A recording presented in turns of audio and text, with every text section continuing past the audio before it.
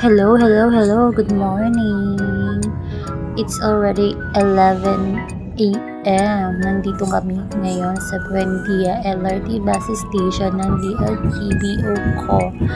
So nakikita niyo naman dalawa lang kami ni Ivana. Hindi namin kasama ang aming sistera. Oh my goodness.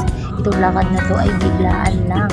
Medyo may stress nga ako dahil mismong araw na yun na kami nag-ayos ng gamit, hindi lang halata pero nakaka-stress talaga. So ito na nga, hindi nakasama ang aming sister dahil may lakad talaga siya. Ayun ay planado na noon pa kaya hindi namin mababago yung oras ng pag-uwi niya. So kami na lang dalawa muna ang pumunta. Oo nga pala, pupunta nga pala kami ng Alaminos, Laguna.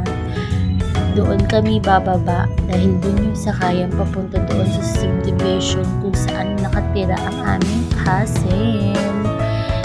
Dahil yun yung bahay na ginagawa ng tita namin na nasa Taiwan. So si Papa yung nagmamanage na gawin yung bahay na yun. Actually siya talaga yung gumagawa ng buong bahay. So, ito na nga.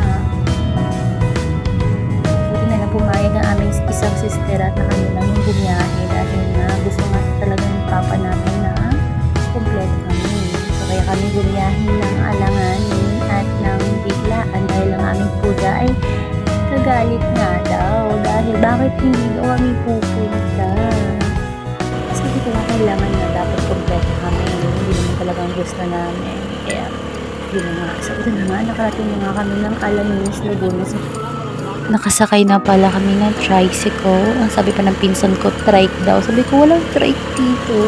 Tricycle lang. Oh my goodness. So, binidyoan ko para magkaintindihan kami. So, tricycle na. So, sinabi ko na sa driver yung address kung saan kami pupunta. Oh my goodness. Nagulat ako daw.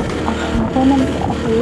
Nakaka-stress. Pero okay lang. Kasi nag-enjoy ako sa view. Sisingin na hangin kahit na naka-jacket kami paras ng aking sister ay malamig ang simoy ng hangin.